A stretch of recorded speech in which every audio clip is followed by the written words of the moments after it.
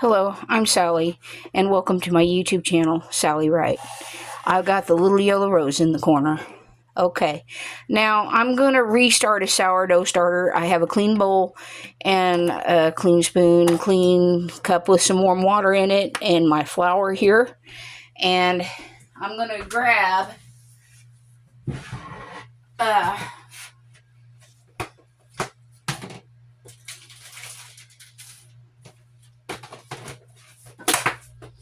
one of my starters here.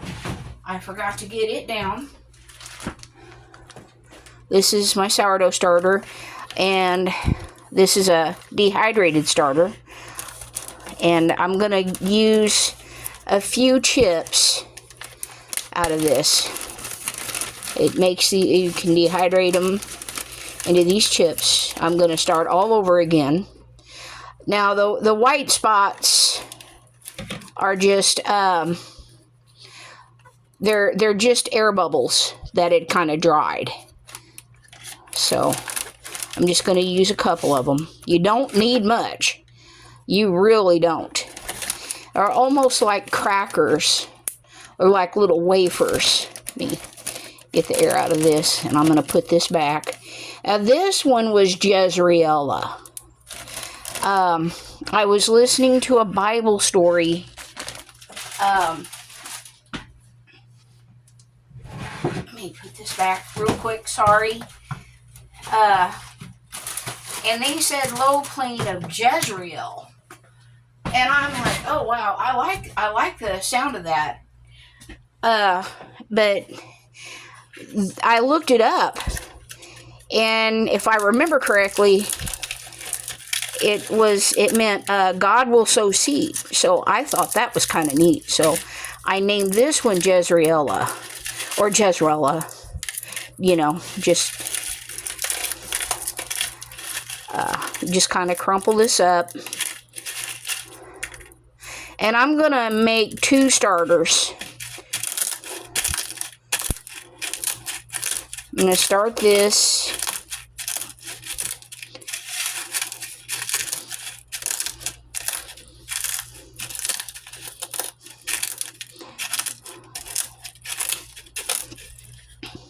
Just kind of crumple them up.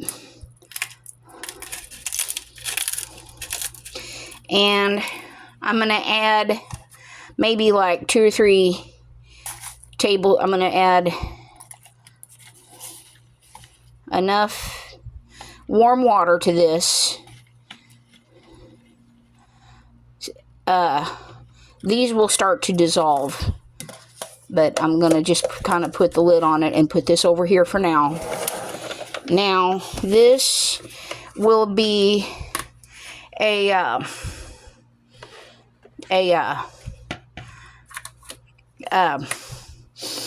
my mind's doing it again. It would either be called an Amish friendship bread starter or a Herman starter. And it's milk, flour, and water. And traditionally, you start this with a little bit of yeast. But if you have an active sourdough starter, you can just use a tablespoon of it. I've actually done it both ways. But let me start out. Let me get a small little cup here.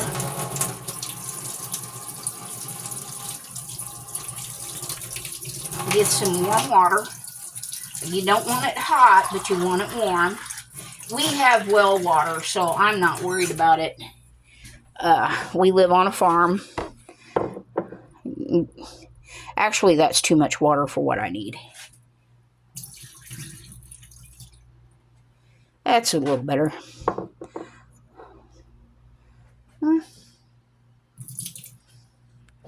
About like that, I guess.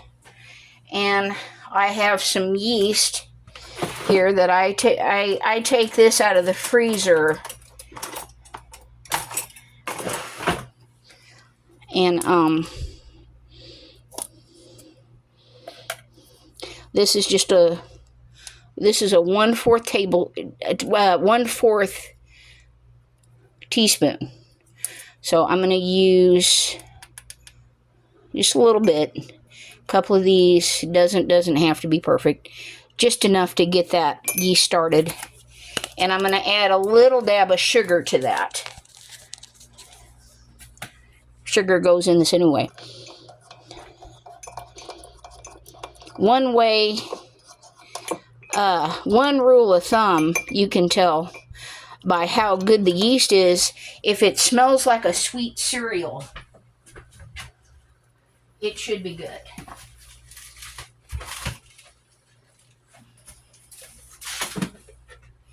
I didn't have this all organized like I like. Don't know why I didn't, but I didn't. I'm just going to add just a little dab of sugar out of my canister here. But you don't need much. And see what that does. Give that a few minutes.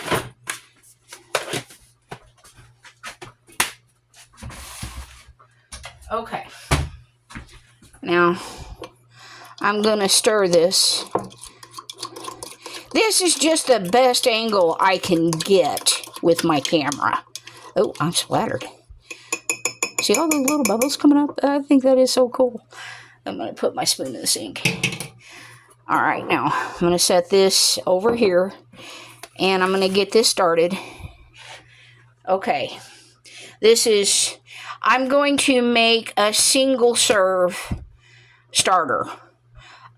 You can do the 1 cup thing, one cup milk, 1 cup flour, 1 cup sugar, or you can half batch the sugar, and some starters have you do that. There's different recipes. You would have to look it up, but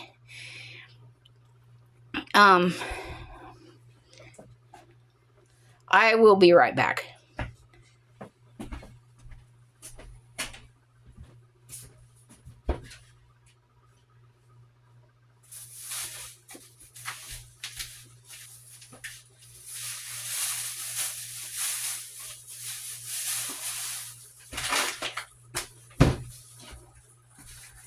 I am going to make this in 1 part, and let's see, that's my half cup,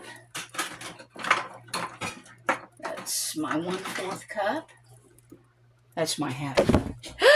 Oh no, oh, I touched it, I'm sorry, I'm up here trying to figure out what's what.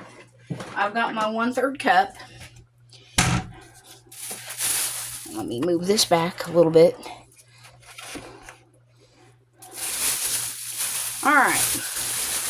I should have left my sugar out, but I didn't. This is 1/3 cup all-purpose flour. And I really don't think bleached or unbleached, that's 1/3 cup, and I'm not worried about specifics. I'm not worried about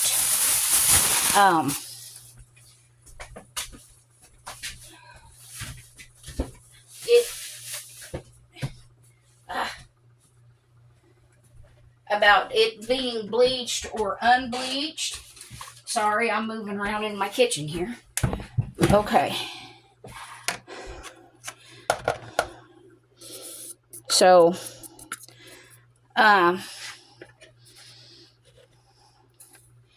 and I've never seen a video where anybody specified, oh yeah, this has to be unbleached. Now, they do on the sourdough starters. Get my little scoop here. Get this.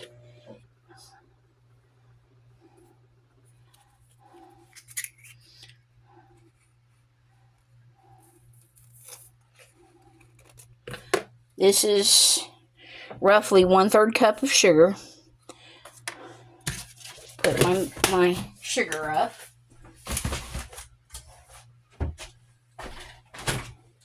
And 1/3 cup of milk. Pour this over the sink in case I spill all over the place, which I did. Let's see. Let me borrow this a minute. 1/3 cup milk. And I may, let me move this.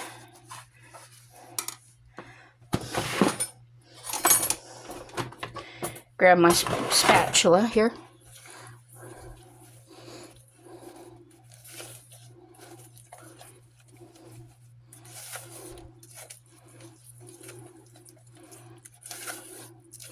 Now, if you do not want to add the extra yeast, there is a chance for this to ferment on its own. But it is traditional to add yeast, and this is a little bit more apt to actually mold before it ferments. So it would take about, it'd take at least 2 or 3 days for it to start to ferment. And this is a single serve. And in about 5 days, I'll have to look at my instructions, but you feed it every 5 days, I think. And then on the 15th day, it's ready to bake with. Okay, now there's my yeast water. It's starting to bubble, so I'm okay with this.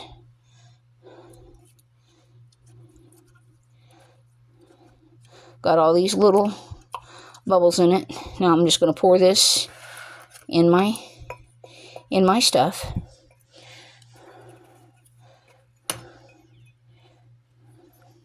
Put my cup in the sink.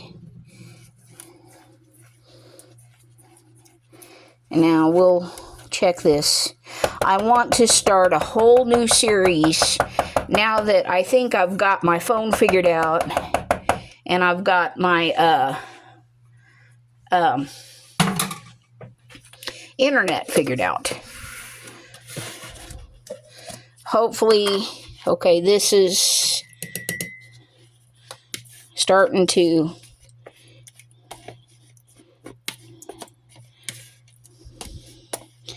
soften. And you can run this through a grinder or a blender or something if you want it more like a powder, but I don't worry about it. This will soften, and I already smell it. I smell the sourdough. This is Jezrela. I've had many sourdoughs over the years, and I try to make at least one batch of dehydrated sourdough out of it. But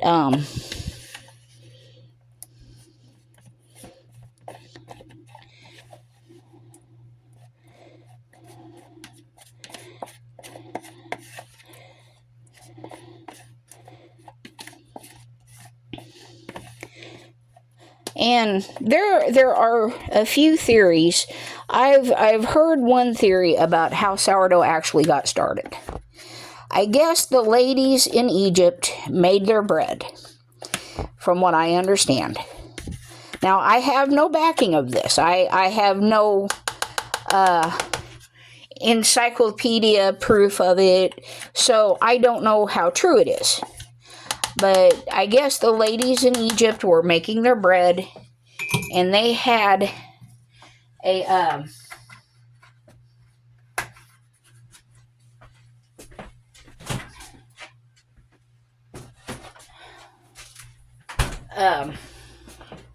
let me get a 1/4 cup here.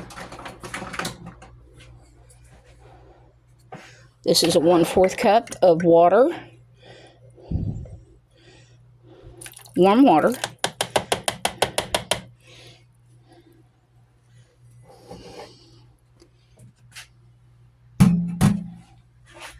And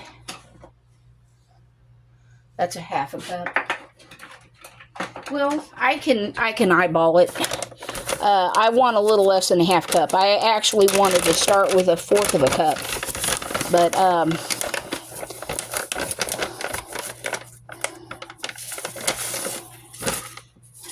yeah, I don't want that much flour.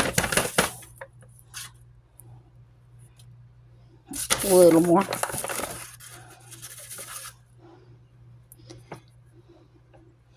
Let's see.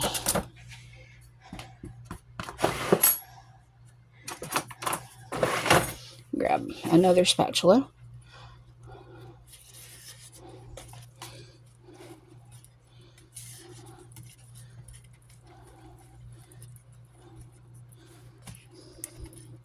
Now, like I was saying, the ladies of Egypt were making their bread, and they had a loaf of dough they felt was a little bit too much, so they took a little dab off the loaf and set it in like a little bowl or cup or something and just kind of disregarded it, not really thinking about it. This could also be how pinchback got started, the pinchback breads, too. That could also serve as that. But anyway, they bake their bread. I guess they forgot about the little pinch of dough. Now, this is awfully loose, and that's 2 chips of actual sourdough starter, 2 a little bit over 1/4 cup flour. I didn't even measure the flour, and 1/4 cup water with a little bit more water to soften the chips. But anyway, this will take off, and it might take it a day or two, a couple days to really start in. But this is an Amish friendship bread starter. And this is what I call a small batch, or a Herman starter. I really don't know which to call it, but they're about the same. I think the only real difference is the amount of sugar in them. But let me put my deal up. But anyway, in this little cup or bowl or plate or wherever they sit this little piece of dough, the conditions were just right, so it started rising and bubbling. So, and then they got up the next day and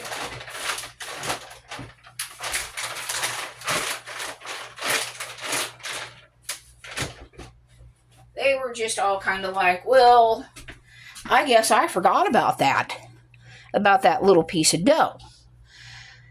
And they looked at it, and it was bubbling, and it had expanded. You know how sourdough does. And I guess they thought, well, I'm going to try to make another little loaf of bread with that and see what it does. So I guess that's how sourdough was invented, and it makes sense. This stuff's been around since the Bible days. Maybe not the Amish friendship bread starter, but the sourdough starter. And I'm gonna put both of these in my microwave and let them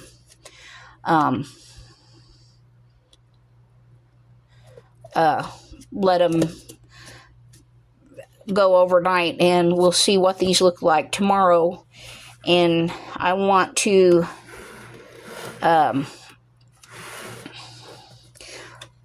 this to be a new series on how to maintain a sourdough starter. I want to show you how I bake bread, and hopefully there'll be no cut videos, and we'll shoot, the video just stopped mid-video, and wow.